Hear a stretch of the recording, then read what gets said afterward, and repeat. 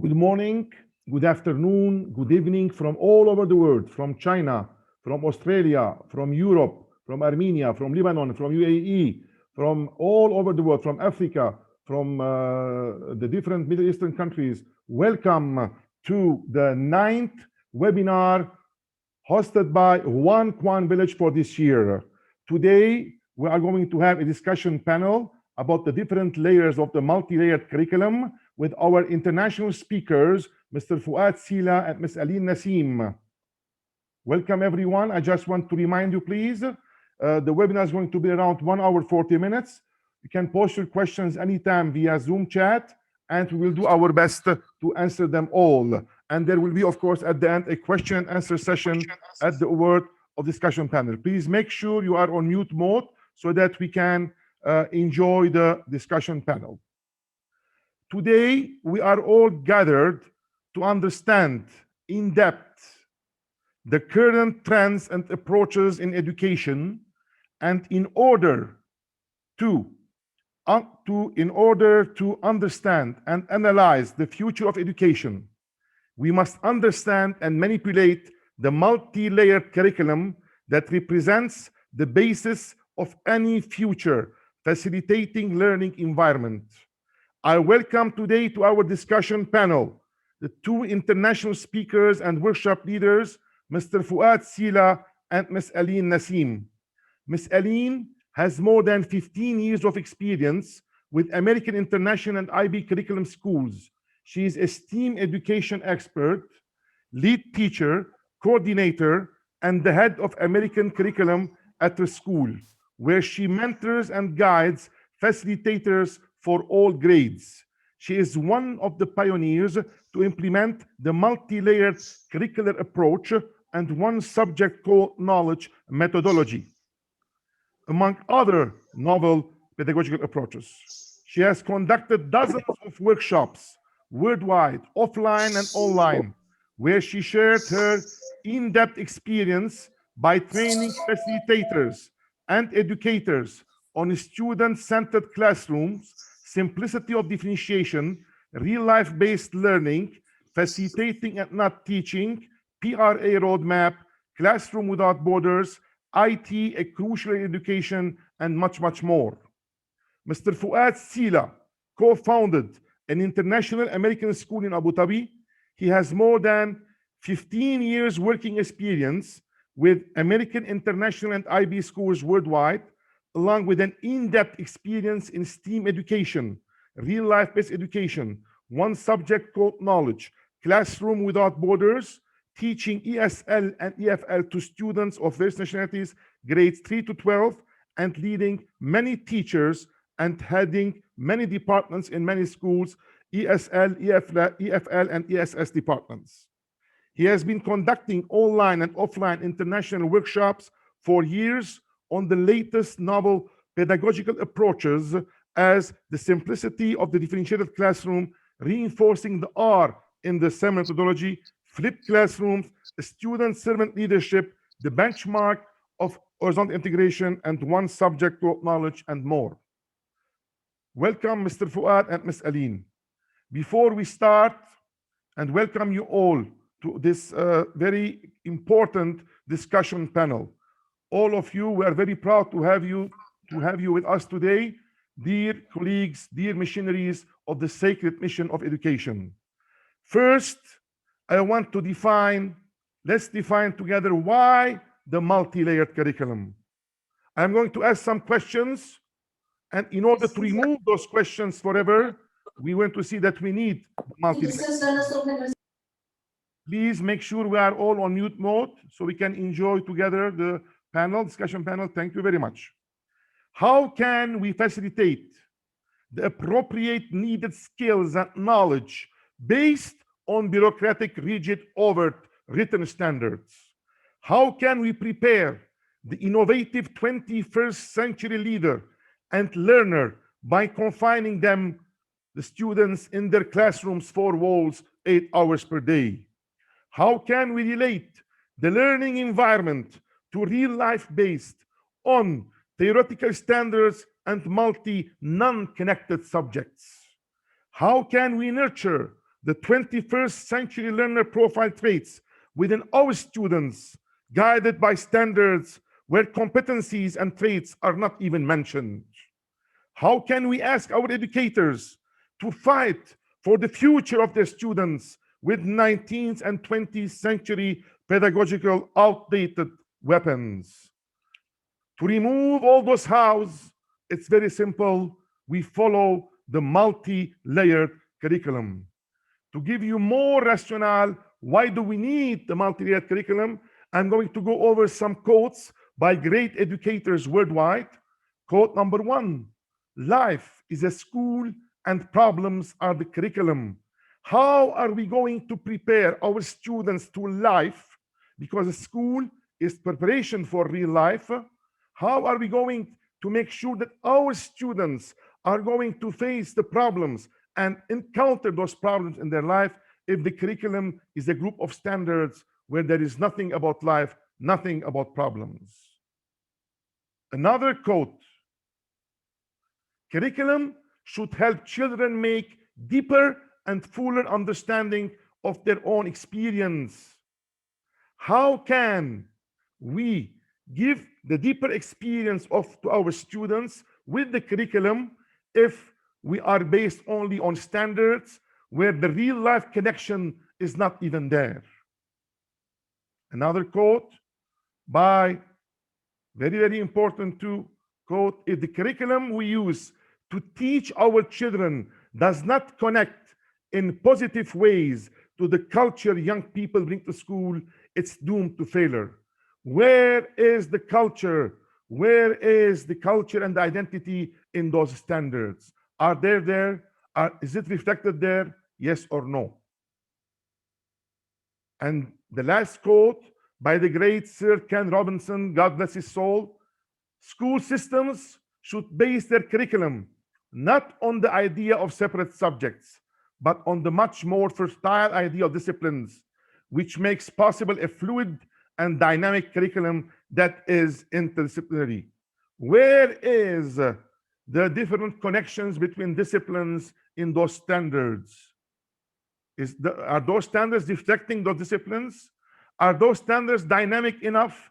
Are those standards reflecting the interdisciplinary nature of life and the curriculum, which is and the school, which is the preparation for life? All those will be solved once we have the approach, the multi-layered curricular approach. Nowadays, most of the schools, we are based on the overt curriculum. It's a group of standards, of course. Those group of standards, and students are asking themselves, while they are reaching those standards, why, what, when, where, and how? Why am I learning all those standards? Why am I acquiring all those knowledge? What I'm going to do with it? When I am going to use it? Where I'm going to use it? And how am I going to use it? And no answers. Standards, summative exams, and no answers. Students start hating schools. Bands like Pink Floyd The Wall start singing, we don't need no more education. Start telling, we don't need no more bricks in this wall between us and the students. Students became memorizing machines, doing their exams, getting 20 over 20, but in 2 or 3 months, forgetting everything we gave them and we explained to them because they memorized. How can a group of standards construct the basis and the foundation of our future generations' lives?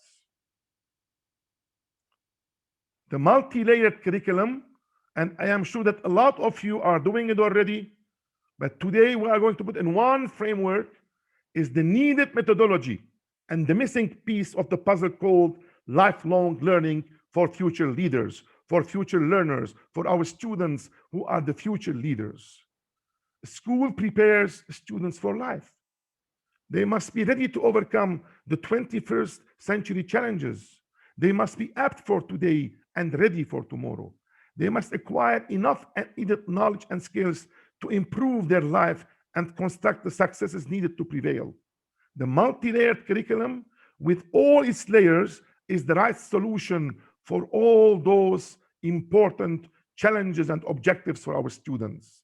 by its real-life based learning approach, facilitating and not teaching, streams education, classroom without borders, one subject called knowledge, global mindedness, cultural harmony, nurturing the 21st century learner profile, establishing the needed portal for mutual collaborative planning, where all of us, we are leaders, all of us, the students, the facilitators, the principals, the vice principals, leading our students for their success, for their life. Our main leader is the sacred mission of education. To finalize, why are those layers crucial and important? As you see them all, the 13 layers, of course, we have the overt curriculum, because we need to base on those standards, is one of the layers. Education authorities goals are the second layer. One subject called knowledge, the third layer. Vertical integration, countries, culture, identity, a student-centered differentiation environment, 21st century learner profile and competencies, extracurricular activities, real-life based learning and classroom without borders, IT, which is no more a tool, it's a crucial in education, parent-school mutual partnership, clubs and co-curricular activities, and streams education. All of those are the 13 layers of our multi-layered curriculum that today now Ms. Aline and Mr. Fuad will give you details about it and will give you all the needed information how to implement it. All those, they represent all the different pillars needed to face for our students the 21st century challenges and overcome them. The students, by using this infrastructure, will really explore, discover, manipulate, and distinguish all the different fields and perspectives covering and guiding the required knowledge and skills.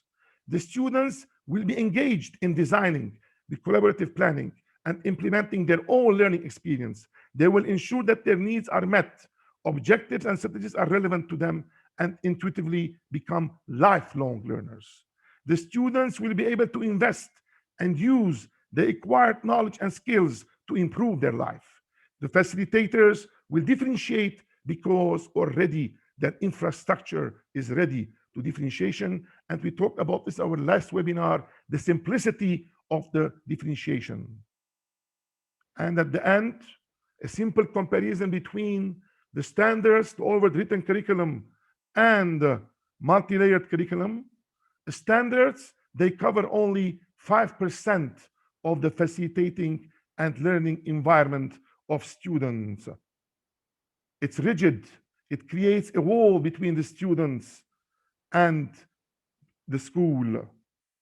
1 month learner, you prepare them only for 1 month learner. You give them those standards. After they do their exams.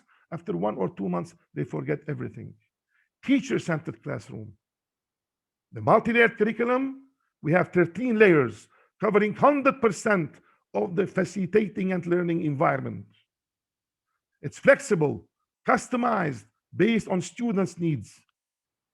It prepares lifelong learners, and it's based on a student-centered classroom to prepare our future leaders for a better tomorrow for all of us.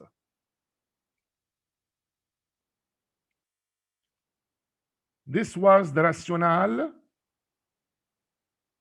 To explain to you what is the rationale, why do we need the multi-layered curriculum. And as I said, at the end, there will be special 20, 25, 30 minutes for all of you to ask your questions. You can post them now via the Zoom chat, or you can ask them live at the end. So as we saw, and it's very, very important that the multi-layered curriculum, I will explain again, it's not a new curriculum, it's a new approach. It's an approach I'm sure that a lot of you are following it already. But together we're going to put it in one infrastructure, one clear infrastructure. One of the layers, as we said, are the standards. And all the other 13, 12 layers, you saw them, they're very important because as we all know, what is a curriculum? Curriculum is what a student is going to learn, what the knowledge and the skills that the student is going to acquire. Do you think that the standards only written by a bureaucrat are enough to cover what the students are going to acquire as knowledge and skills? it's almost impossible. That's why we are going to do our best today to make sure that all of us, we are going together explore and discover the multi-layered curricular approach. First question I'm going to ask is to Miss Aline. Miss Aline, being one of the first pioneers who implemented the multi-layered curriculum, do you agree with the efficiency and the crucial importance of the multi-layered curriculum in our schools today to prepare students, leaders apt for today and ready for tomorrow? And can educators really survive without the 13 layers of the multi-layered curriculum, and why? Good morning, first of all, to everyone here. It's a pleasure to be again under the sponsorship and the supervision of One Kwam Village, who's hosting such events. It's a pleasure for us also to share this experience with everyone. Actually, Mr. John, your question is very important. For that, I would like to share my a few notes about the curriculum itself. Yes. Starting from that, then I will also discuss how efficient it could be. Well, as we all know, according to the UNESCO, its definition for a curriculum in the year 2016, it says here, a curriculum is essentially the body that encapsulates the competences associated with lifelong learning that are also aligned with the development needs and particularly relevant to holistic development. So if I have to check this definition very closely, what caught my attention was the term holistic development. Because in total, my curriculum has an aim, has a goal, and that goal is for us to achieve holistic development for our students. Holistic by itself pertains to the word wholes or complete systems. So for that reason, why should we go for dissection into parts, which is dissect our curriculum into subjects? Therefore, we must not limit our curriculum to something rigid, which is a number of set of subjects that would restrict all the development of us as facilitators and educators and our students. Therefore, here comes the efficiency of the multi-layered curriculum. The 13 layers of the MLC cover every single aspect of our lives, thus leading to holistic development, the only aim behind a curriculum. Therefore comes this question for us to self-reflect. If the MLC covers every aspect of our lives as students and facilitators, would it be legibly considered efficient to prepare everyone for today and tomorrow, the future? Well, if we take a closer look at what's going on right now in our schools, we notice that we have pieces of a puzzle, of a jigsaw. Today, schools are highlighting and reinforcing the idea of implementing many layers of the 13 layers of the MLC. For example, IT has become an integral part. The country's identity and culture has to be also highlighted in every single aspect. Differentiation, student-centered classroom, creating leaders, vertical integration, horizontal integration. And then we still see that the teachers and the students and many schools admins are still facing some challenges, because when implementation time comes, many of those are left lost. Even the guidance they get, even with the guidance they get, they still struggle. This is because the implementation of these bits and pieces are just shattering their brains. So if we do one thing, and this is gathering the pieces together for us to form a multi-layered curriculum, which covers all the aspects of a student's life. So, and let it be our overt curriculum, then that will make our lives much easier in implementing. So if I have to go again and do a recap, the 13 layers of the MLC are shown in this diagram. while what we are implementing right now actually form 10 layers out of the 13 layers. So how can we compare and contrast between them? What is implemented today is found also in the 13 layers of the MLC that we are promoting, the real life-based learning. And as you said, we are already implementing this. We only have to put it in a framework, which will be ours to follow right from the beginning of the year. So real life-based learning, extracurricular activities, 21st century learner profile and competencies, student-centered and differentiated classrooms, overt curriculum, which is definitely the standards that we're using. And you already highlighted that it is, yes, what we base everything on, but at the same time, it's rigid. So how can we make it a bit flexible if we ignore all the other facts that lead to holistic development and real life, the life of every one of us? The educational authorities' goals are also implemented today. Vertical integration, horizontal integration, countries' identity and culture, STEAMs instead of streams is being done today. We are having IT definitely as an integral part. So what is left, which is not targeted from this wheel or the 13 layers of the MLC? Now, in the real life-based learning section, there's the classroom without borders. And up till now, this is something we're kind of terrified of implementing, is a risk because we need to have to synchronize between what goes on within the four walls of a classroom or the school itself and outside. Again, one subject called knowledge, which leads to my holistic development, is still not implemented. Clubs and co-curricular activities are yet to be implemented properly, and definitely this is something that we hit on in the previous interview that you had, Mr. John, and we Yes. always highlight on it, which is the parent-school mutual partnership. So basically, my MLC is not something strange. It's formed of 13 layers, but 10 of them are right today being implemented right now.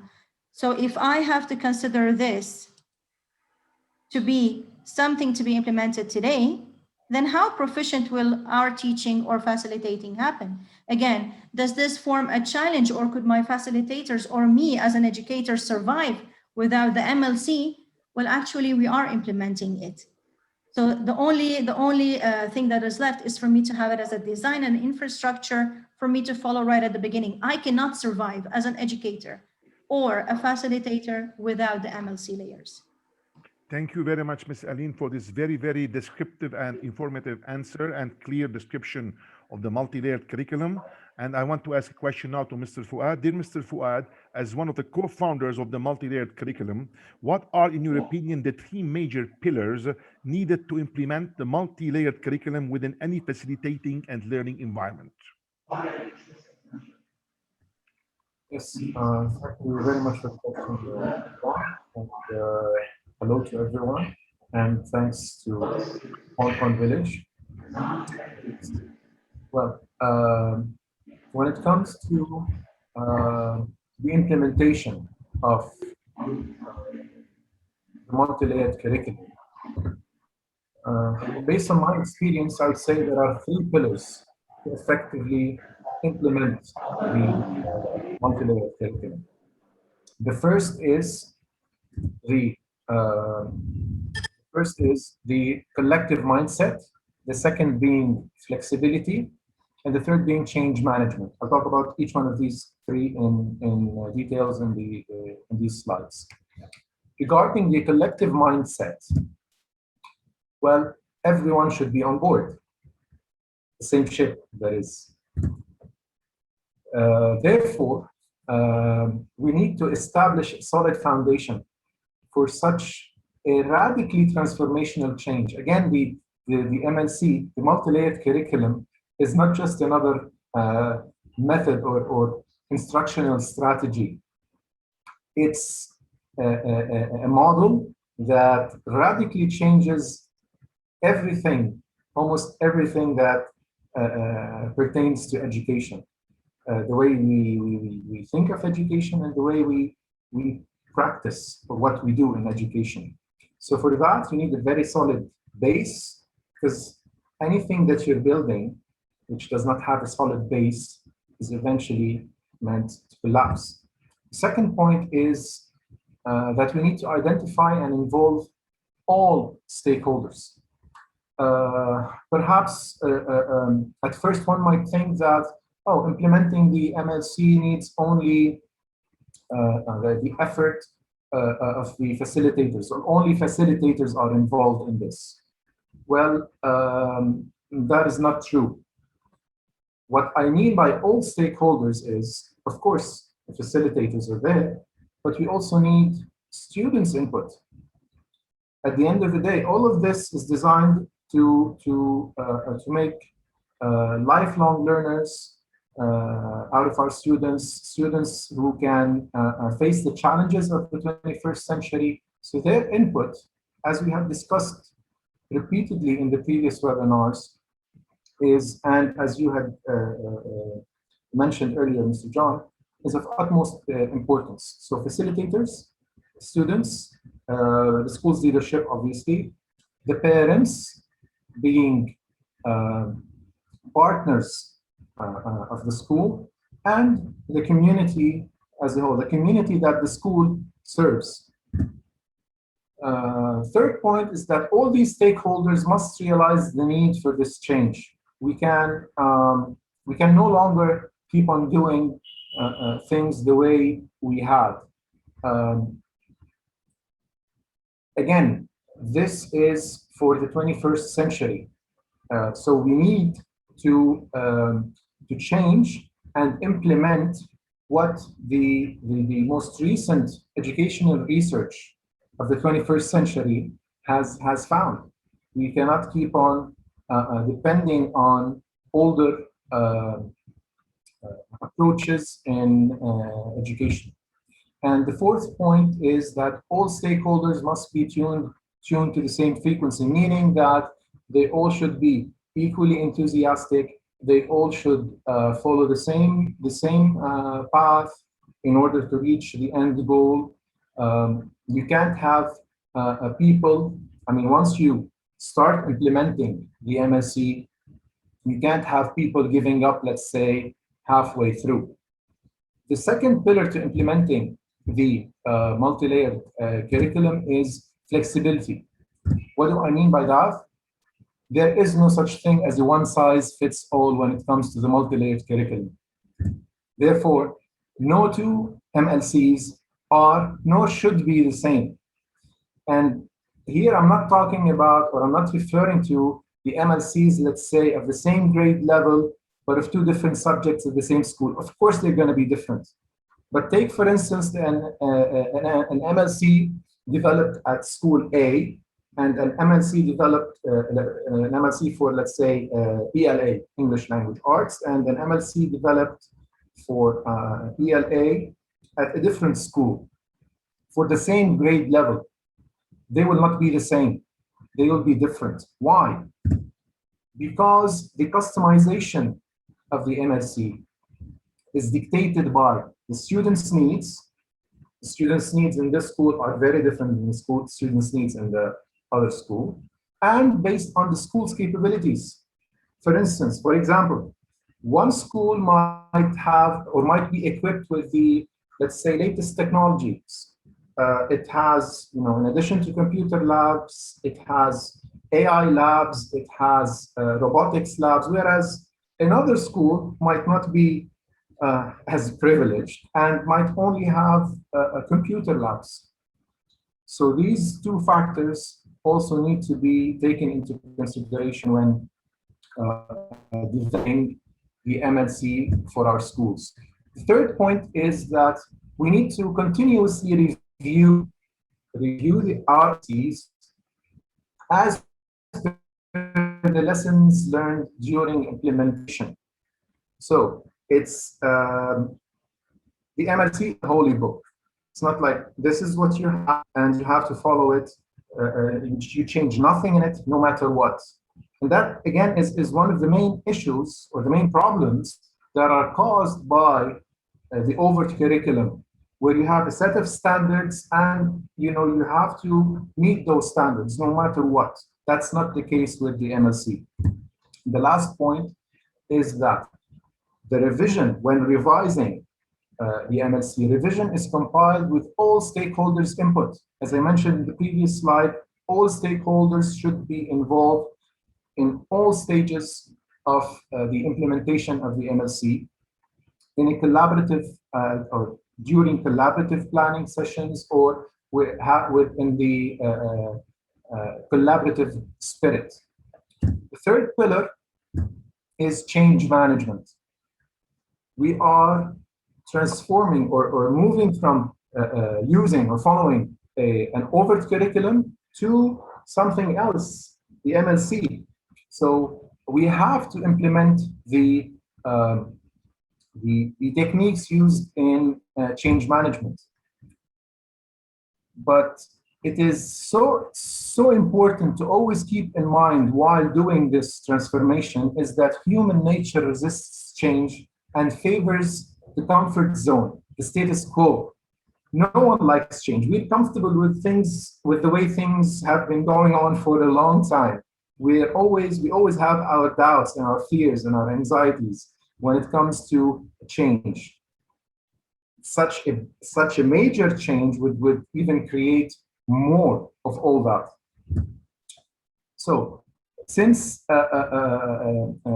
it's a big change we're talking about, and being a process, the transformation from the overt curriculum to the MLC being a process, we need to follow these 4 steps of change management.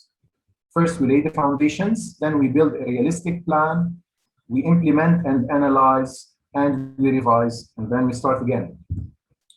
The second point under change management is that effective change is achieved gradually with clear and timely milestones. A sudden change approach does not work, especially when we're talking about a change as radical as this one.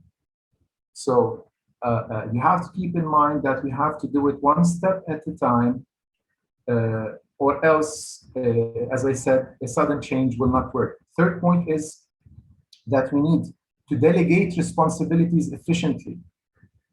No 1, 2, or 3 people can do all the work. It's a collaborative work involving, as I mentioned earlier, all stakeholders. And again, I can never stress this enough. At all stages of the implementation, we need to collaborate.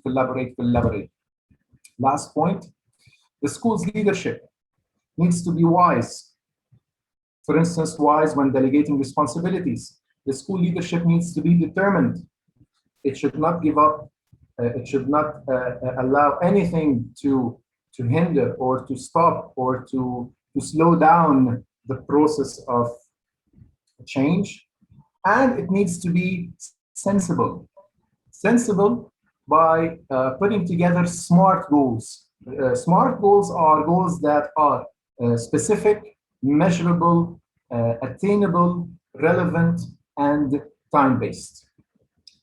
I hope, Mr. John, this answered your question.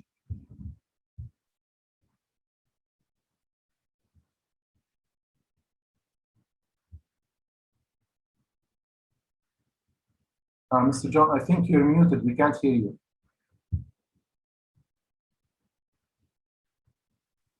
Thank you very much. Can you hear me now? Yes. Thank you very much for this very descriptive explanation of different pillars of the multi-layered curriculum, Mr. Fuad. Dear Mr. Fuad, I just had a question for you. Why it's so easy to prepare the remaining director resources once you have the multi-layered curriculum as a basis?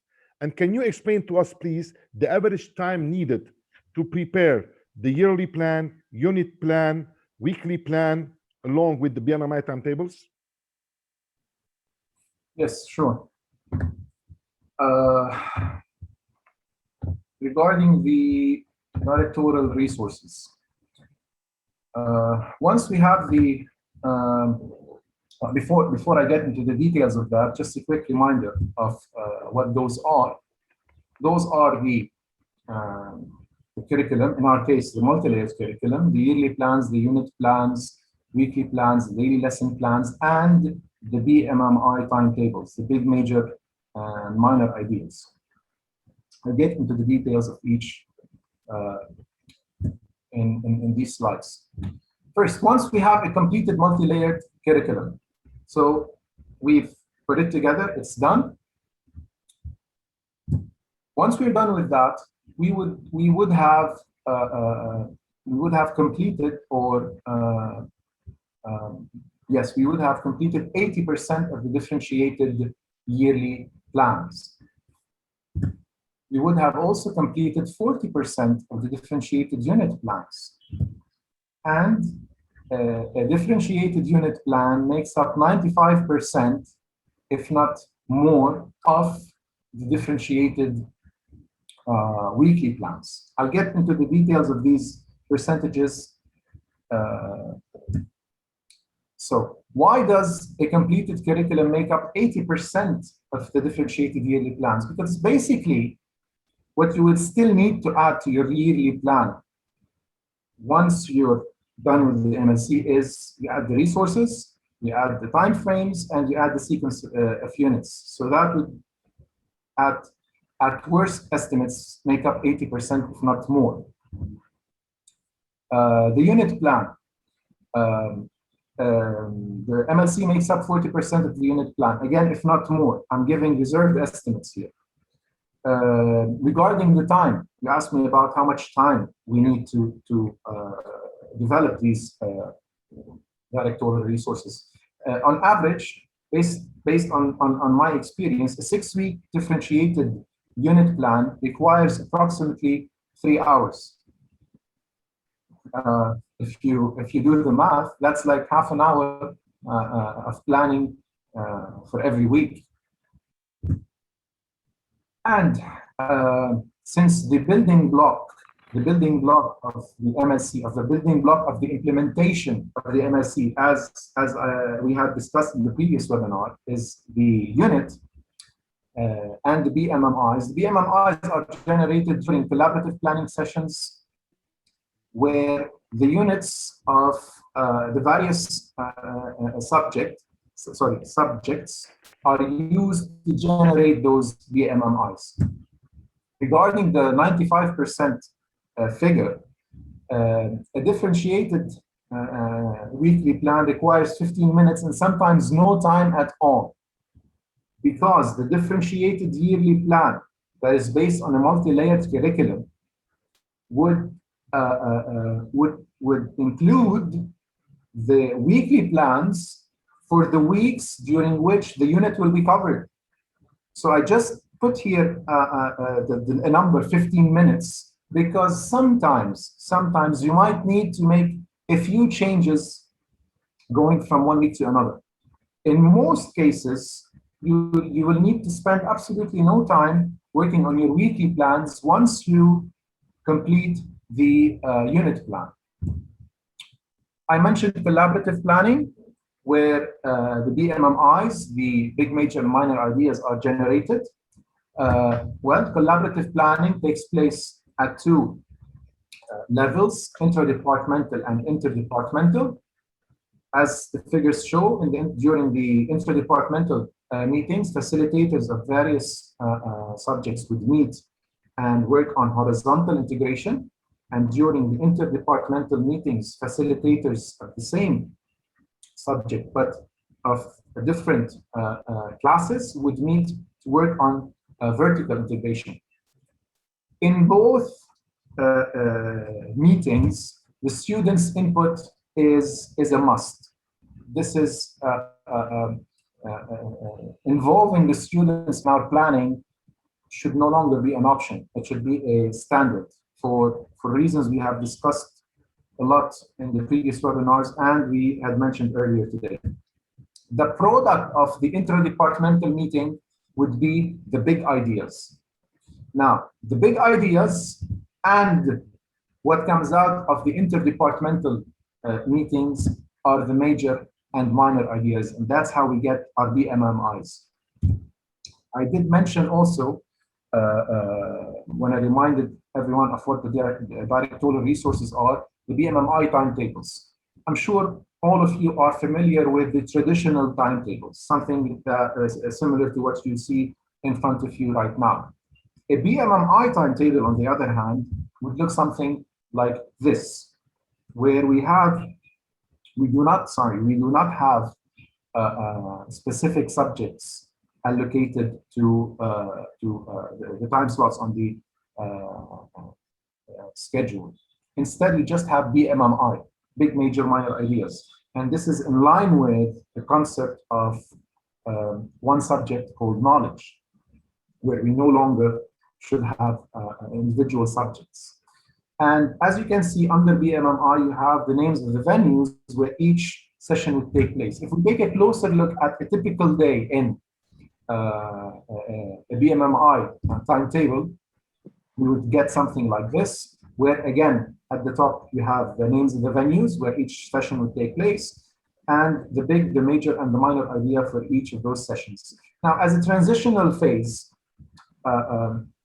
until all stakeholders become familiar and become comfortable using the BMMI timetables, perhaps we might need to still mention the subjects at the bottom of the BMMI, daily BMMI timetable. Now, I mentioned 2 or 3 slides ago that the building block of the multi-layered curriculum, or of the implementation of the multi-layered curriculum, is the unit plan. So that's why I'll focus on this one in particular. Now, the unit plan can take any form. We can use any format, right? But a differentiated unit plan based on the multi-layered curriculum should have the following elements. The unit plan, the unit title, well, that's as per the yearly plan. The class varies, subject. At one point, we need to completely move to or transform from individual subjects to one subject called knowledge. Duration varies, depends on how long each unit needs. As for the BMMIs, the big, major, and minor ideas, well, you get that from the collaborative planning sessions I just spoke about. This is the heading of the first part of the differentiated unit plan, where you have the number of weeks varies, again, depending on how long the unit needs. The over curriculum standards, well, that's remember, that's one layer in the MLC. So in your unit plan, you just copy and paste the over curriculum standards. You don't need to work on it, so already there. The learning objectives of that will be covered during the weeks or during individual sessions, well, that varies. The venues, so do the venues and the resources needed, and the key concepts and vocabulary that will be covered during that session. A major element in the differentiated unit plan is differentiation for students with SEN and gifted and talented students. Differentiation is a layer in the multi-layered curriculum. So you would have there a lot of details regarding differentiation for SEN and gifted and talented students, but of course, most of that would come from the IEPs and the AEPs, which would be provided to you by the SEN department at your school. The second part of a differentiated unit plan, of course, the same heading, would include elements that you simply have to copy and paste from the multi-layered curriculum. We're talking about vertical and horizontal integration. It's already there. Once you, of course, complete the MLC, you'll have it there. All you need is copy and paste it. 21st century learner profile, same thing. Clubs, co-curricular and extracurricular activities as per the MLC. And the parents-school mutual partnership, it's also there. The third part of the differentiated unit plan would include the detailed planning. And that's why I mentioned in the first slide that once you're done with the unit plan, you'll be done with at least 95% of your weekly plans. I'll show you why. Here's a sample of how it would look like. Of course, it'll be week X, lesson Y. The learning objectives, they vary. But every weekly plan or every lesson plan should include 4 types of activities, or at least 3 out of these 4 types of activities. The say, make, write, and do. I discussed in details in the previous webinar how to put together such a plan. Now, under the say activities, of course, here you would have the learning activities that is in details, what you will actually do in class as say activities. But that will be based on the instructional strategies which are already in the MSc. The differentiated instructional strategies. The same applies to make, write, and do.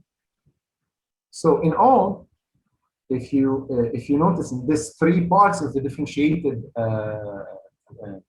unit plan, a lot is taken verbatim, word for word, from the multi-layered curriculum. So invest your time and your effort wisely. Work on the multi-layered curriculum, and you'll have to do very little. You'll have to put very little effort and time during the academic year. Last note, of course, that this part of the unit plan, of course, would be repeated for as many weeks as the unit requires. I hope this, again, answered your question, Mr. John. Thank you very much, Mr. Fuad. It's an outstanding, a very detailed answer. And as we see here, we're economizing almost 50% of our time. And dear Miss Aline, being one of the pioneers of implementing the multi-layered curriculum, do you want to add anything to Mr. Fuad's explanation on the direct resources, please? Actually, yes, Mr. John. Yes, I wanted to pitch on the time consumption here, because that's the focus of the question, actually. So let me share my screen to compare and contrast between what we are doing today and what goes on with the multi-layered curriculum. So this is what Mr. Fuad has been talking about, differentiated unit plan. And as we all see, it starts with the same header where I have the title, the big idea and big major minor ideas, and then the grade level. And then of course, by the time this is fully implemented and everyone got over the change, we are not targeting subjects anymore, more into holistic learning, which is one subject called knowledge. But then the divisions appear in the way that Mr. Fuad had already showed us as a framework, but here it is filled to every minute detail needed for us to implement it in our class. So here I have the breakdown of the weeks and then the overt curriculum, which are the standards that we never get rid of. No matter what we do, the 13 layers of the multi-layered curriculum had the overt curriculum built in. And it's basically one of the basics that we start working on. And then we see we have, following to the standards, the objectives, the venues and the resources needed, the vocabulary, the key terms or academic vocabulary used. The differentiated here thus is being detailed. So I could see the SEN based on their IEPs and so on, the gifted and talented based on their AEPs and so on. Everything is being structured during the unit plan designing, which Mr. Fuad already mentioned that it would take 3 hours of our time. If I continue to go to the further breaking it up, the same header appears, the header appears, and then I have vertical and horizontal integration there, because let's remember one thing. When we're doing the differentiated unit plan, we're doing it collaboratively with the other sections, with the other subjects, as we still call them today, which means for me to do the horizontal integration, I'm not just creating stuff from my mind. I'm doing the actual communication and finding what is being targeted here, and thus designing our unit plan.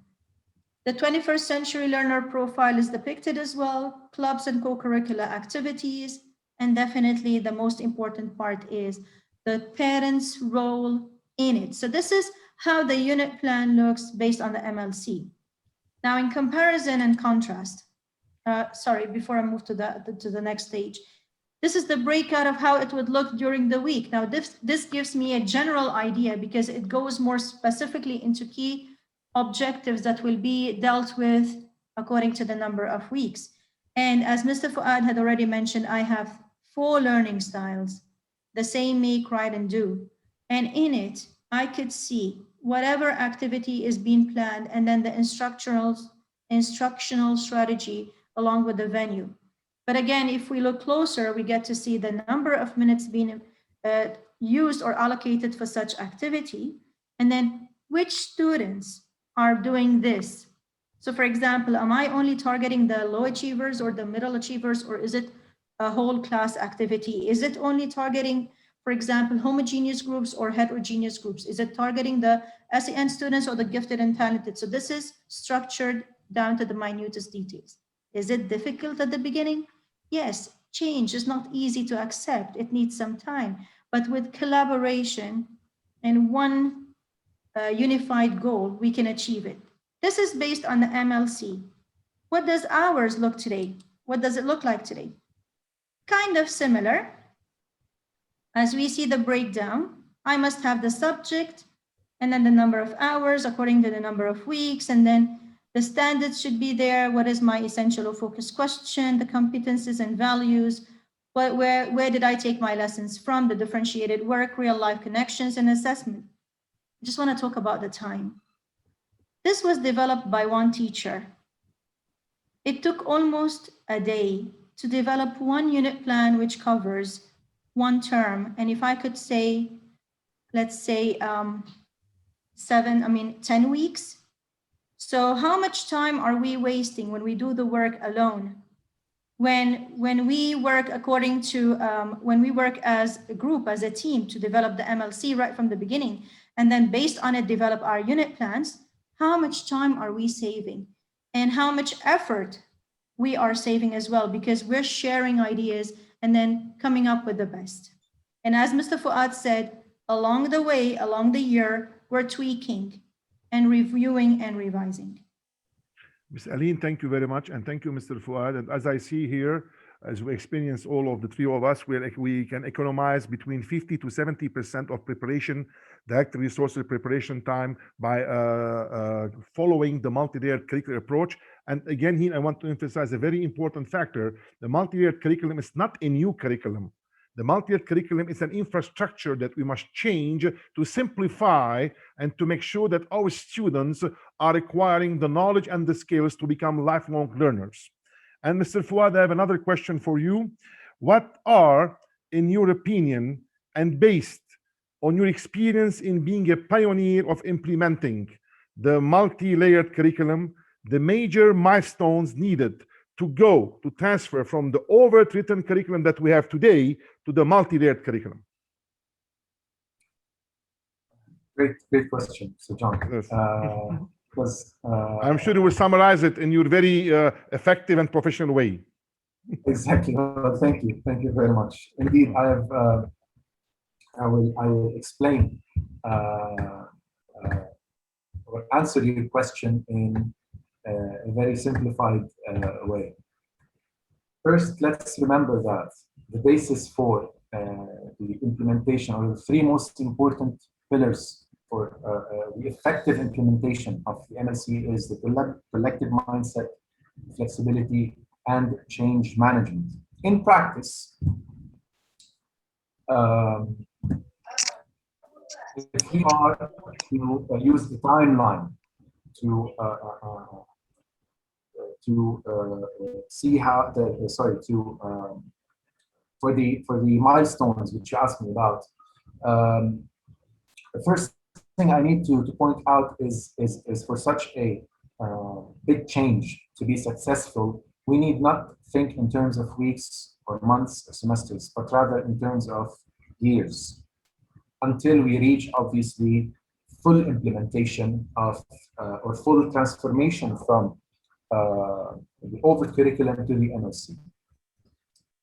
Throughout this process, or during this process, we always need to collaborate. I can never stress this enough. First thing we need to do, as I mentioned earlier, or whenever we are involved in any change project, or a project that needs change, we need to lay the foundations. The foundations for this transformation would be creating awareness and understanding among all stakeholders. Remember, this is not something just for the students, the school's leadership, the parents, and the community as a whole. The next thing we need to do is forming the hierarchy, that is, forming the steering committee for this project, or the leadership team for this change project, and of course the subcommittees with their heads and so on.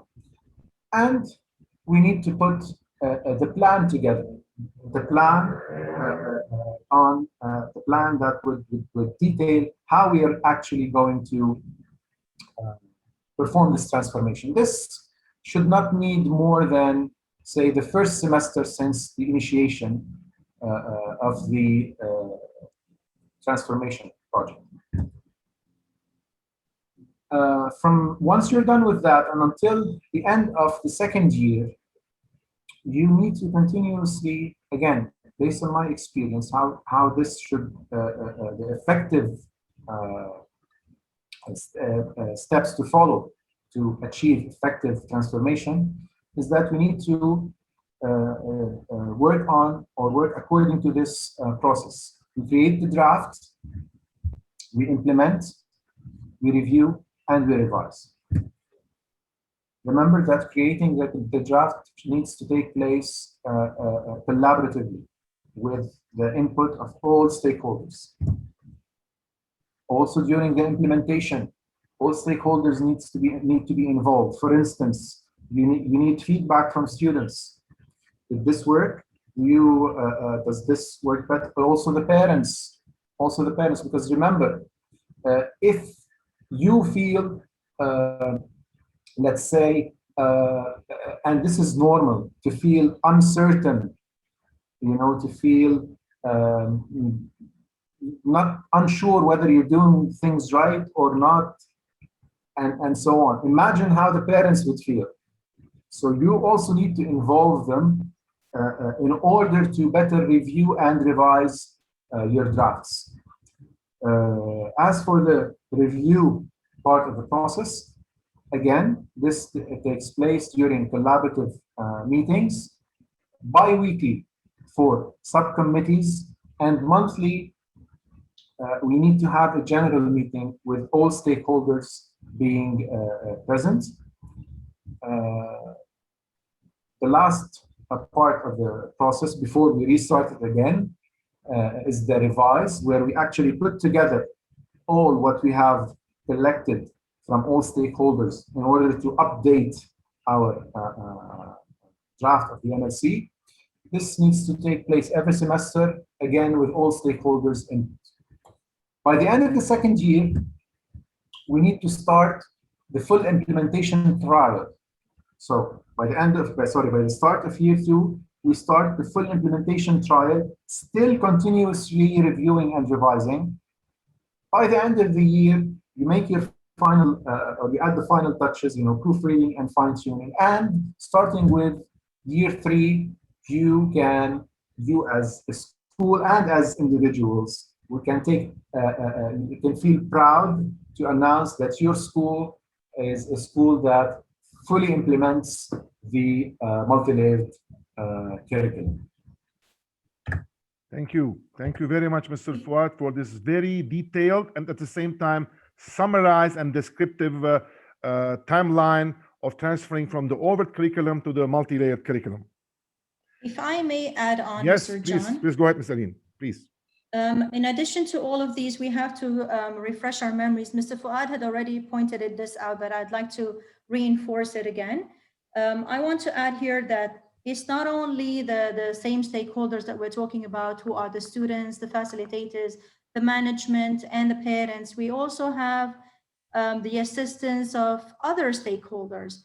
This transition from what we know today, the overt curriculum, to a new it's not basically a new one, but as a frame, it's a new way of implementing the curriculum. We also have to bear in mind the role of the community, the clubs, the gyms, the SOS campuses, which is a satellite out of school campuses, and then the sister schools that also plays a very important role in the transition from what we call today the overt curriculum to the MLC curriculum, and the SLEAs, which are the satellite learning experience areas, which means exploring areas, which means if these are all there and we work together as partners, we are all stakeholders, and then we are in the process of the transition smoothly from what we call the rigid overt curriculum to this smooth multi-layered curriculum. Thank you very much, Ms. Aline. If you want, dear colleagues, educators, if you want to see more details about what Ms. Aline talked about, the Classroom Without Borders approach, there was a webinar about 2 months ago, and it's on the Huan Quan Village YouTube channel. You can anytime go and watch it, and any questions, we're always ready to help and assist. Dear Mr. Fuad, I come back to you now with another question. A lot of our facilitators are asking, do they need special training sessions to help them implement the multi-layered curricular approach, or it's easy to implement it? And if yes, can you explain to us how, please?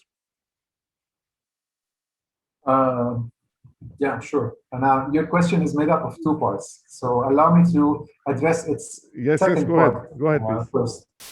The second part, which is about whether implementing the MLC is easy or not. Well, I believe that by now it has been well established that the MLC is not just a new method or a new strategy. The MLC obviously changes everything that we think about when it comes to education and everything that we do in education. Does implementing the MLC need commitment? Yes, it does. Does it need collaboration? Definitely. Does it need time? Sure. Does it require effort? Well, I ask, what doesn't require effort? I mean, even the traditional way we had been doing things requires effort.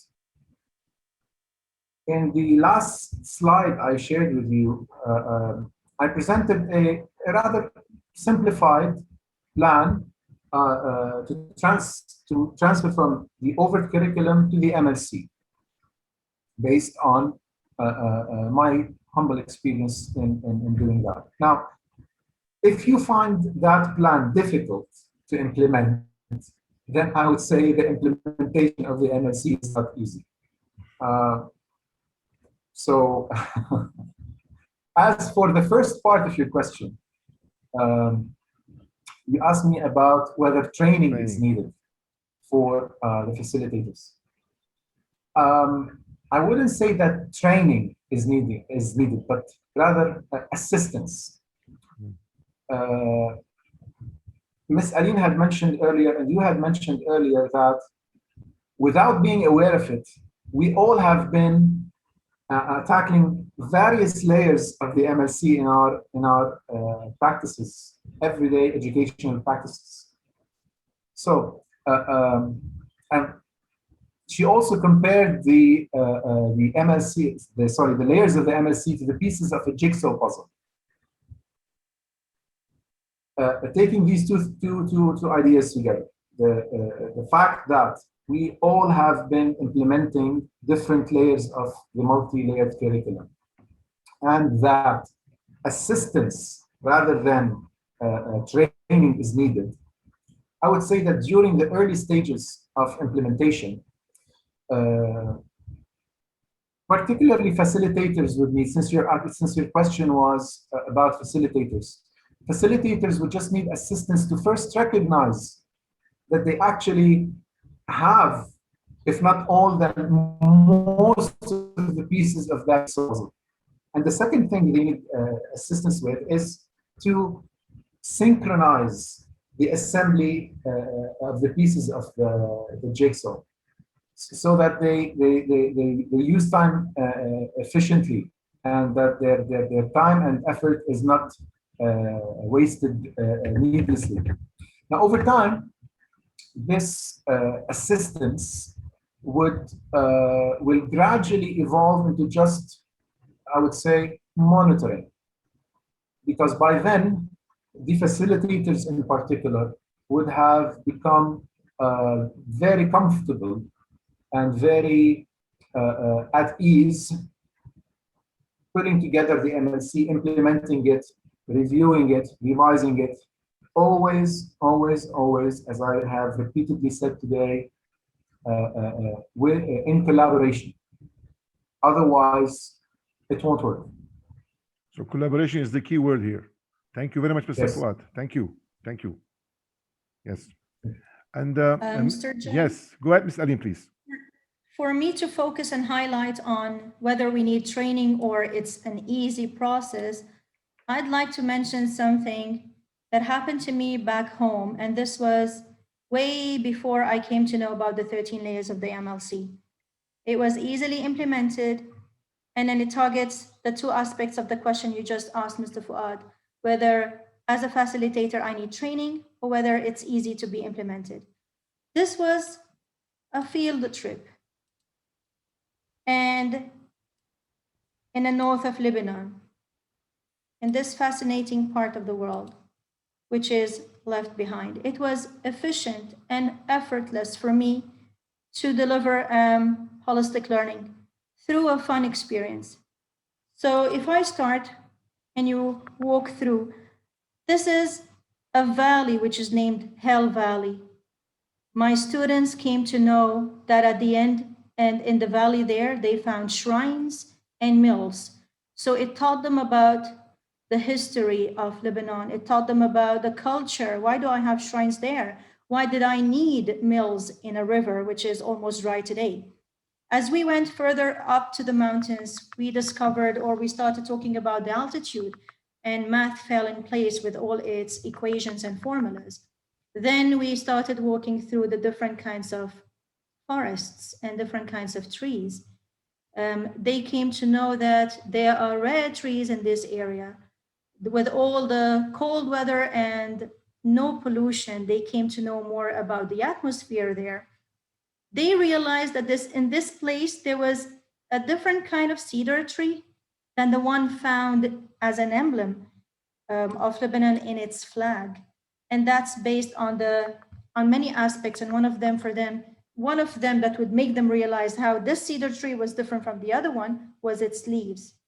As we walked also through our hike, they realized the nature of the soil itself, or the rocks, the layers of the rocks, just reflected the history of this area, the geology of this area. We also had reception on our cell phones from our neighboring country, which is also reflecting physics and waves through the air. So as we've noticed, many aspects fell in place just because it was a fun experience. Now, as we continued in our hike, they came to realize that there are many other aspects of this place. There's a forest, which is classified by UNESCO as a national reservation. So they came to be aware of global rules and the country's mission and vision and identity. How are they preserving natural environment, not allowing anyone to cut down trees or hunt animals, which is a hobby back home? As we moved also further, we got to see different parts of this place that reflected the culture and the traditions of Lebanon, and mostly those rural areas. They realized that in this area, many festivals could happen. In it, they play the folk songs and dance the folk dances. This also leads us through the culture. So as we've seen, effortlessly, we were able to cover most of the multi-layered curriculum, if not all of them. Now, where does the IT fall here? Where does differentiation fall here? Each one has his own role. Each one had his own part to do. IT was when they had to go at the end of the day, collect the data that they had, and then present it in a presentation. It could be a PowerPoint. It could have been some of them prepared PowerPoint, some of them prepared videos, some of them was just like a show, a clip show, and so on with brief descriptions. Now, where did the overt curriculum fall here? As we said, they targeted different aspects of the subjects that we're still talking about, and the language they used by itself, and the presentation, the oral and written language by itself. So as we've seen, this is how easy it is if I really am knowledgeable and I'm willing to know every single aspect about the topic that I am ready to share.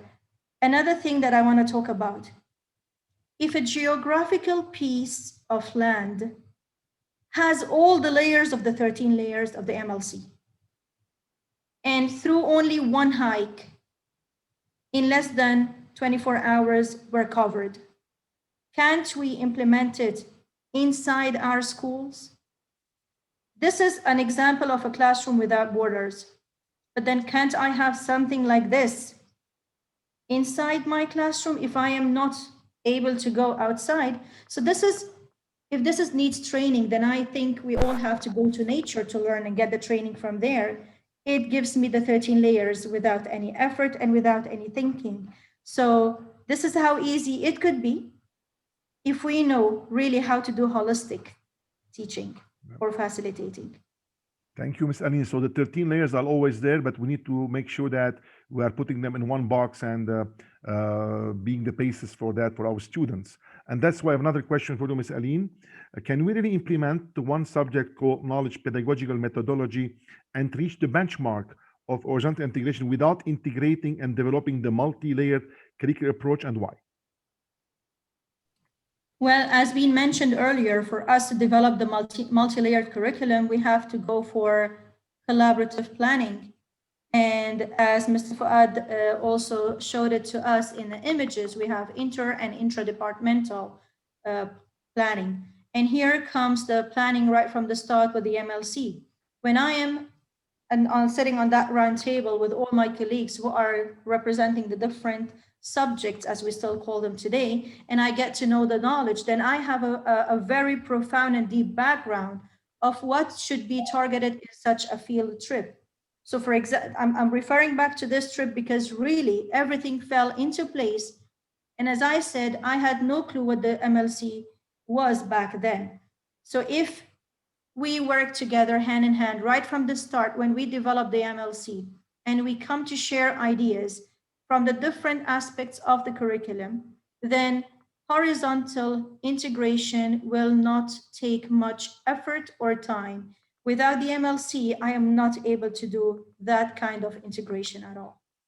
So it will be spontaneous. Thank you very much, Ms. Aline. Thank you. Dear Mr. Fuad, we all agree today that we are not teaching anymore teacher-centered classroom. Instead, we are facilitating the inquiry and acquisition of knowledge and skills and its related processes for our students. Do you think that is possible without the multi-layered curricular approach, and why?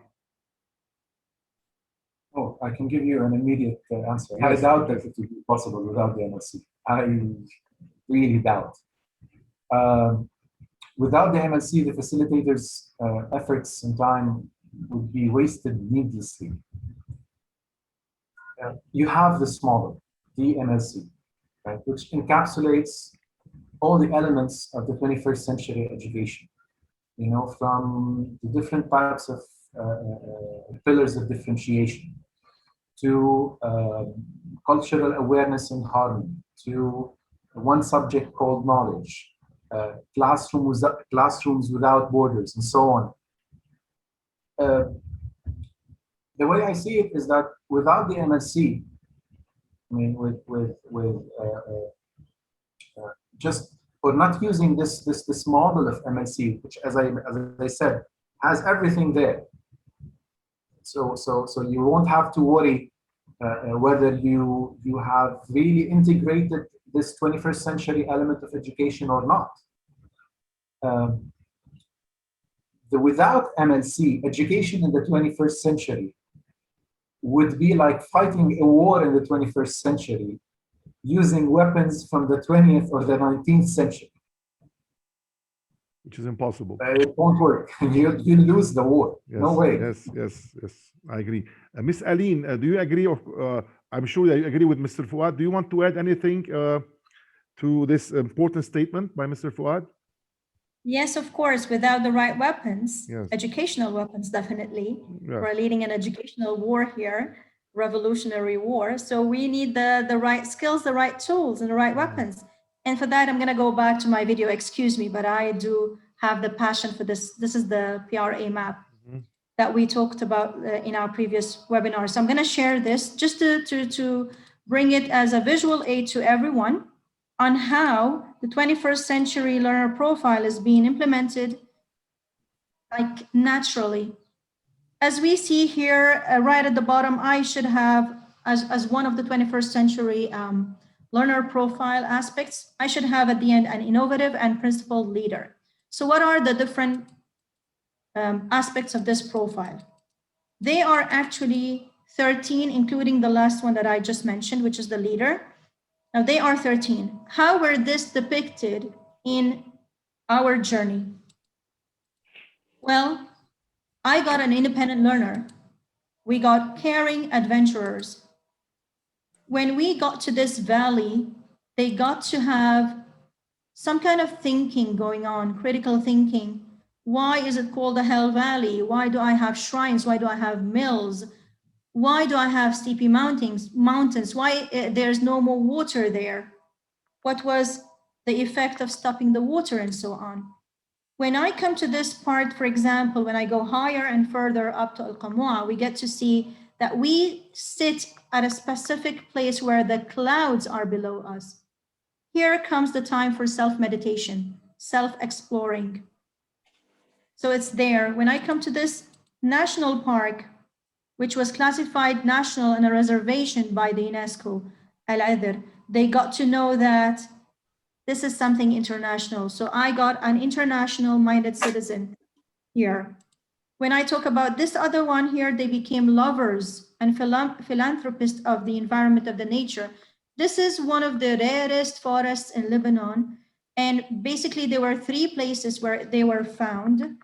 And one of them is in this place in North Lebanon, but it wasn't really taken care of. So that's why they learned how to become philanthropists and philanthropist of environment and culture, because this represents a very rare gem in Lebanon itself. How did they work? Not selfishly. They had team spirit driving them. They were creative and knowledgeable when it was time for them to start representing their work artistically, whether in a video or an interview or. How did they establish or accomplish that? And accomplish that is by being communicative inquirers. They were inspired by what was going on. And this moved them to take action. And they were really willing to do everything it took to represent their discoveries at the end of that day. So if I have all this there, then definitely the 21st century learner profile is easily implemented when we are doing holistic teaching or facilitating with the MLC layers. Thank you very much, Ms. Aline. And another question for you. Most of the educators, Ms. Aline, agree today that differentiation, we talked about this last time in the last webinar, is a very difficult and complicated process. Can we today state bluntly that, based on your experience, that the multi-layered curricular approach transformed the difficulty of this differentiation process to a simple task, and why? Well, Mr. John, if the moment I would always say this, and I echo you in this statement. You always say the minute we think of differentiation and we put that much effort into thinking about it, then it becomes a difficult task. As we've seen, the MLC falls naturally into place. Therefore, differentiation is within its layers, as we have seen in this live experience. If it is implemented properly, if the MLC is implemented properly, then differentiation is there. Why should I bother and think of ways of differentiating? So differentiation falls naturally with the implementation of the MLC. Thank you very much. Thank you, Ms. Aline. Thank you. Dear Mr. Fuad, in your opinion, what is the most important layer of those 13 layers of the multi-layered curriculum? Oh, in the MSc model, there is no layer that is superior to another. That's why we always present it as a pie chart with 13 slices. However, practically, or in practice, when we're working on developing our own MSc, customizing it, and until we develop the MSc model to a point where we no longer need to include the overt curriculum as a layer, because up until now, the overt curriculum, the standards are one of the 13 layers of the MSc. So, as I was saying, in practice, when we are developing developing our MSc, we need to use the overt curriculum standards as a point of reference, and use that point of reference to develop the other layers or the other 12 layers of the MSc. But this does not make the overt curriculum layer more important than the other 12. I would refer to the overt curriculum layer as being the first among equals. Thank you. Thank you very much, Mr. Fuad. Thank you. I Ms. would Aline, also your have opinion. to Yes, go ahead, please. Yes, go ahead, please, Ms. Aline. Yes, I agree with Mr. Fuad. There's no layer which is more important than the other one. Actually, up till today, we're still saying the 13 layers of the multi-layered curriculum, but then later on, there would be no multi-layered curriculum. As we started with the code or with the definition of curriculum, it's gonna be leading to a holistic development, so there should be no dissection of it. So once the mindset is changed and programmed to accept it, with its 13 layers, later on, it will be no more layers, because if this is not there, then the other one is not there. So it's a complete whole. It's one holistic module that we have to implement. Therefore, there's none which is more important than the other. Thank you very much, Ms. Aline. And as the last question, before we go to the audience, to our educators' questions, dear Mr. Fuad, Ms. Aline, so today we can conclude that the multi-layered curricular approach is the basis of the 21st century education. Can you summarize for us why, please? Go ahead, Ms. Aline, please. And then Mr. Fuad. Well, if I may start, as I'm gonna also take some words from Mr. Fuad when he said that I cannot fight the 21st century war with the 19th century weapon. So my 13 layers in the multi-layered curriculum are what we need today for us to prepare students who are going to be leaders for today and for tomorrow.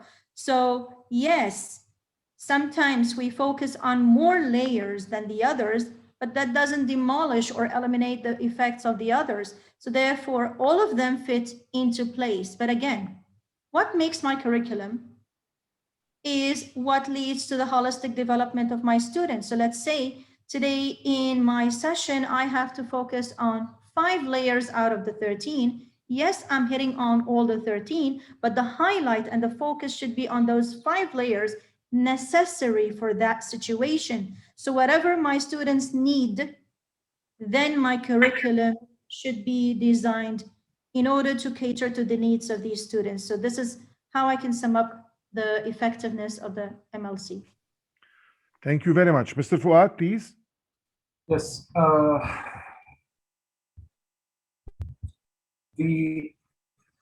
How can I put it? The beauty of the multi-layered curriculum really lies in its simplicity. It's a simple model that, as I said, when answering your previous question to me, encapsulates all the 21st century education elements. As for its effect and the power of the MSc, here I'll quote the words of the great Greek philosopher Aristotle, who said that the whole is greater than the sum of its parts. It's one of his most famous quotes. The whole is greater than the sum of its parts. Accordingly, or similarly, the MLC is much more powerful than just being a collection of layers as a unit, as a whole. I can also say that the MLC is really a great example of the power of synergy in education. Thank you very much. Thank you, Mr. Fuad. So at the end of the day, no layer is a layer by itself. All layers are one whole curriculum called the multi-layered curriculum, serving one student, serving one leader, serving our students, our leaders, our 21st century lifelong learners. I just want to review with you some important webinars in the future that we have, and later we're going to take the questions. The upcoming webinars, we're going to have a online live discussion with the International Educator Director of EdUnion from UK, Mr. Sean Hughes. He's going to talk to us about teaching, facilitating English through drama, new techniques of teaching English through drama. Later, we're going to have on June 26th, a live discussion with the International Art and Culture philanthropist, Mr. Gian Domenico Pandovan. He's going to explain and explore with us how culture and cultural exchange can nurture the 21st century learner student profile traits, and especially creativity, innovation, and global mindedness. And on July 10, we're going to tackle adventure-based education, which is a major pillar of 21st education, with the great international knowledge and venture-based educator, Mr. Colin Wiley. And of course, in one point, which is Educational Hub, we're going to have a very important summer camp this year, in which students with EdUnion UK, collaborating with them, English Drama Summer Camp, which students are going to learn English via drama. Okay, and this will be held in July 2021. And now, thank you very much, Mr. Fuad, and thank you very much, Mr. And thank you for all attendees.